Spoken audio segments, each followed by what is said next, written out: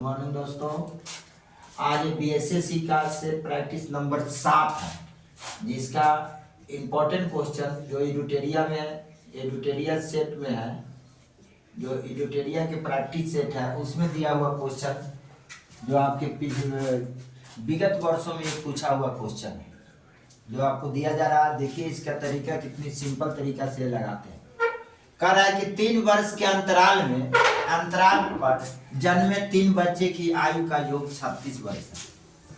ठीक है, तो सबसे छोटे बच्चे की आयु क्या होगी। कह रहा है कि 3 वर्ष के अंतराल में जन्मे 3 बच्चा, तो पहला बच्चा के जन्म अगर मान लेते हैं कि प्रथम बच्चा अगर कितना है x है, तो 3 वर्ष के अंतराल ले लेते हैं, तो पहला x होगा, तो दूसरा क्या होगा मेरा भाई, तो दूसरा बच्चा होगा आपका x + 3 और तीसरा बच्चा कितना हो जाएगा, तीसरा बच्चा आपका होगा x + 6। 3 के अंतराल हो गया। आइए तीनों का सम यानी ऐड कर लेंगे, x + 3 + x + 6 = 36 वर्ष। 1 2 3 3x 6 या 3 9, इसको 3 बना लो, +9 = 36 वर्ष। तो 3x बराबर क्या होगा, 36 - 9, 16 से 9 7 16, यहाँ 2 हो जाएगा, 3x 9 3 27, x बराबर 3। सबसे छोटा बच्चा कौन था, ये प्रथम वाला x, तो सबसे छोटा बच्चा का उम्र 9 वर्ष का होगा, ये आपका उम्र होगा, यही आपका आंसर होगा। बस सवाल में कोई इतना बड़ा सा क्वेश्चन नहीं है, 1 से 2 बार आपको देखने में आ जाएगा क्वेश्चन। नेक्स्ट क्वेश्चन मेरे दोस्त देखते हैं। कह रहा है कि किसी राशि का साधारण ब्याज मूलधन का 1/9 भाग है तथा वर्षों की संख्या वार्षिक प्रतिशत दर के बराबर है। ये देखिए कितना स्मार्ट क्वेश्चन है। तो वार्षिक ब्याज की वार्षिक दर क्या होगी। अब यहाँ पे आप फ्रैक्शन से ही पकड़ लेंगे ये क्या दे रहा है। कह रहा है क्या कि अगर मूलधन का 1/9 है, यानी अगर मूलधन इसका कितना है, मूलधन इसको मान लेंगे, मूलधन कितना है 9 रुपया है, और ब्याज कितना है इसका 1 रुपया है, तो मिश्रधन क्या हो जाएगा, मिश्रधन हो जाएगा आपका 9 + 1 यानी 10 रुपया। अब कह रहा है क्या कि वार्षिक ब्याज की दर बराबर है, वार्षिक ब्याज की दर वर्षों की संख्या के बराबर है। तो इसमें कितना है, ब्याज ये निकल गया, तो यहाँ निकाल लेंगे ब्याज इक्वल टू मूलधन गुने समय गुने दर बटा में 100। और यहाँ ब्याज 1 रुपया, मूलधन कितना है 9 रुपया, गुने समय दोनों बराबर है, तो x × x करो बटा में 100 करो, इससे इसमें गुना करा लो आर पार, तो कितना हो जाएगा x² = 100/9। तो x बराबर √100/9 = 3/10/3 है, यही आपका आंसर हो जाएगा। ओके, आगे देखते हैं। एक परिवार में 5 सदस्य के आयु का योग 134 है। एक परिवार में 5 सदस्यों के आयु का योग 134 है।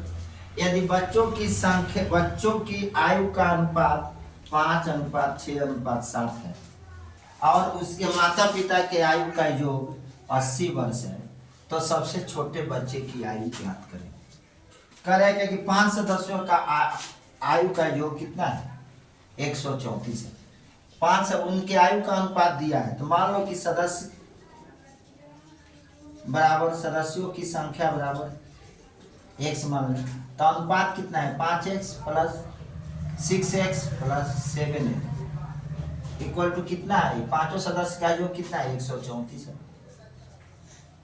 और माता पिता के आयु का योग 5 सदस्य है, इनमें माता पिता के आयु का योग, तो 3 गो ये हो गया, 3 सदस्य, 2 सदस्य और है, माता है और पिता है, 5 हो गए। तो ये पांचों के योग इतना है, माता पिता का योग कितना है 80 है, तो प्लस यहाँ 5 6 5 11 7 18x = 134। अब यहाँ ले लेंगे 18x बराबर 134 माइनस 80 बराबर 4, 13 8 5 13 5 इक्वल टू 18x, 18 x बराबर 3 वर्ष। अब सबसे छोटा बच्चा कौन होगा? 5x, तो यहाँ लिख लेंगे 5x सबसे छोटा 5 गुने 3 इक्वल टू 3 5 15।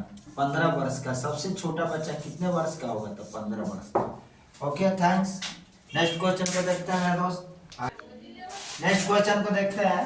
दो रेलगाड़ी स्थान ए और बी से शुरू होती है तथा क्रमशः बी तथा ए के तरफ जा रही है तो उनकी चाल क्रमशः 80 किलोमीटर और 95 किलोमीटर है। मान लीजिए कि ये दोनों रेलगाड़ी है, ये इधर से जा रही है और ये इधर से आ रही है। ये ए है और ये बी है। और इनकी बीच की दूरी मान लो x है। इनकी बीच की दूरी कितना है? x प्लस कितना दूरी चली जा रही है? x प्लस 165 किलोमीटर दूरी। तो 165 किलोमीटर दूरी जा रही है, तो ये इसके बीच की दूरी है मान लो x। तो यहाँ से यहाँ तक मान लेते हैं कि x आइए x प्लस 165, यानी टोटल दूरी हमारा कितना होगा? 165 प्लस 100 होगा। ठीक है। अब कह रहा है कि एक ही चाल जब ये एक दूसरे से मिल रही है दोनों रेलगाड़ी, तो x से 165 किलोमीटर ज्यादा ही चल गई। तो मान लेते हैं इसको, एक की चाल कितना है? इसकी चाल 80 किलोमीटर पर आवर है और इसकी चाल कितना है आपका? 95 किलोमीटर पर आवर है। ठीक है। तो दूरी बचा चाल x बटा 80 बराबर x 65 किलोमीटर ज्यादा दूरी तय कर लेती है। तो 65 किलोमीटर ज्यादा दूरी तय कर लेती है तो x प्लस 165 बटा 95। अब इसके लिए 16 पचे 80 है, 19 पचे 95। अब आर पर गुना करा दो तो 19x बराबर 16x प्लस 165 गुने 16। इसको इधर कर लो तो 19x माइनस के 16x बराबर 165 गुने 16। तो 3x बराबर 165 गुने 16। तो x बराबर 165 गुने 16 बटा में 3, 3 पचे 15, 3 पचे 15, 16 पचे 80 के 0, 16 पचे 80, 8 88। इतने किलोमीटर ये x के दूरी है। जब ये तय किया तो कितना हो गया? x बराबर ये आपका आ गया कितना? 816। तो टोटल दूरी हम निकालते हैं, टोटल दूरी ले लेते हैं। तो टोटल दूरी कितना हो जाएगा? x plus 65।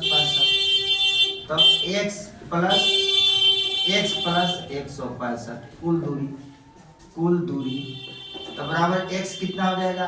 880 plus 880 plus 165। 5 के 5 8 8 16 16 6 16 6 16 4 20 2 22 के 2 हाथ में 2 8 8 16 1 17 18 19। टोटल दूरी आपका इतना हो जाएगा। मतलब इसकी दूरी इतनी किलोमीटर चले गई थी तो ये आपका इतना होगा। आगे क्वेश्चन करते हैं। एक मेज को 40 रुपया में का अपेक्षा 30 रुपया में बेचने से 5% की हानि होती है, तो 5% लाभ के लिए उसे कितना में बेचना होगा? मान लीजिए 5% के हानि, 5% के हानि इक्वल टू 40 माइनस 30। अगर सीपी हमारा क्या है? 1 रुपया है तो 1 रुपया, तो x का 5% इक्वल टू 10। अब x गुने 5 बटा 100 इक्वल टू 10। 20 पंचे 100, x बराबर कितना हो जाएगा? x बराबर हो जाएगा 200। अब 200 का 5% लाभ पर बेचा जाए तो विक्रय मूल्य क्या होगा? बेचना होगा कितना में बेचना होगा?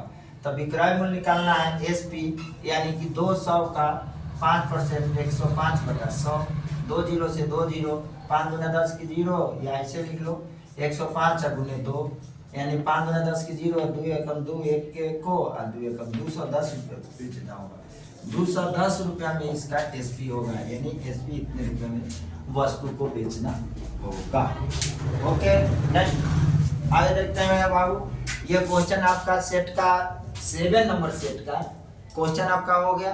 2-4 और क्वेश्चन उसमें होंगे जो भी, तो आपको नेक्स्ट क्या ना स्लाइड में डाला जाएगा। और ये क्वेश्चन को 1 से 2 बार आप लगाइए, क्वेश्चन आपसे लग जाएगा। Okay thanks.